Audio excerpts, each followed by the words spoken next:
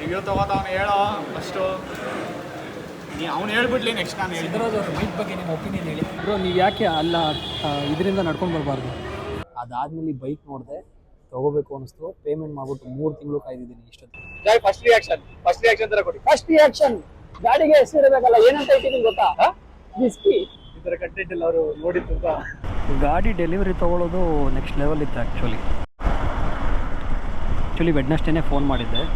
Phone ಮಾಡಿ ಎಲ್ಲಿ madam ಗಾಡಿ ಅಂತ ಕೇಳಿದ್ದೆ. ಅವರು ಟಾಪ್ ಎಂಡ್ ಬರ್ತಾಯಿಲ್ಲ ಸರ್, ವೆಯ್ಟ್ ಮಾಡಿ ಅಂತಂದು.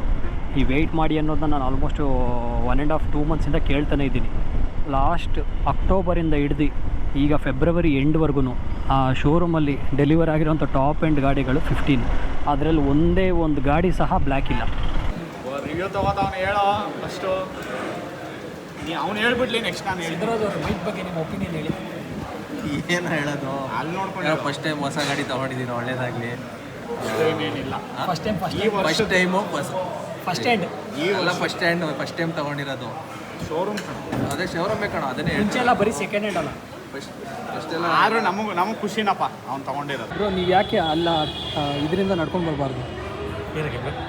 ಗಾಡಿ ತೊಗೋಬೇಕಾದ್ರೆ ಒಬ್ಬೊಬ್ಬರೆಲ್ಲ ಸ್ಲೋ ಮೋಷನಲ್ಲಿ ನಡ್ಕೊಂಡು ಬರ್ತಾರೆ, ಏನೋ ಗಾಡಿನ ಒಂಥರ KGF ಗೋಲ್ಡ್ ಮೈನಿಂಗ್ ಮಾಡೋ ಥರ ತೆಗಿತಾರಲ್ಲ ಈಚೆಯಲ್ಲಿ.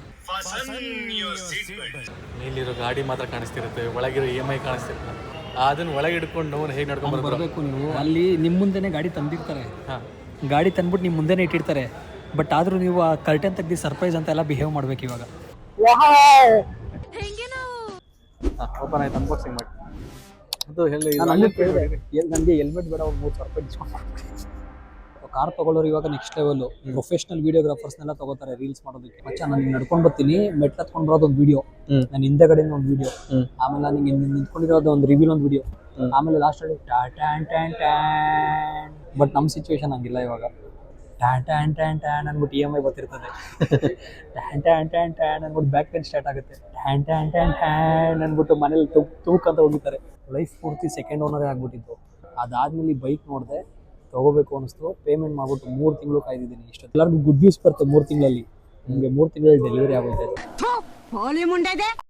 ನಮ್ಮಲ್ಲಿ ಬೈಕ್ ತೊಗೊಂಡಿದ್ದು ಫಸ್ಟ್ ಲೋಕನಾಥ್. 10 ವರ್ಷ ಆಯಿತು ಒಂದು ಬೈಕ್ ತೊಗೊಂಡು. ನೀನು 2016 ತೊಗೊಂಡಿದ್ದು? ನಾನು 2017 ತೊಗೊಂಡು. ಚೇತನ್ ಈಗ ಹೋದ ವರ್ಷ ತೊಗೊಂಡ. ನಮ್ಮ ಸಿದ್ಧ 3 ವರ್ಷದಿಂದ ತೊಗೊಂಡ. 24 ಜನವರಿ 23 ಡಿಸೆಂಬರ್ 24 ಜನವರಿ 1 ನಾನು ಎಲ್ಲರಿಗಿಂತ ಲಾಸ್ಟ್ ಅಲ್ಲಿ ತಗೋತಾ ಇರೋದೇ ನಾನು. ಬಟ್ಟೆ ಇಲ್ಲ ಬ್ರೋ, ಬಟ್ಟೆ ಬೇಡ, ಬಟ್ಟೆ ಇಲ್ಲ.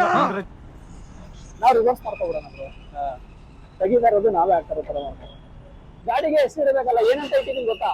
ವಿಸ್ಕಿ.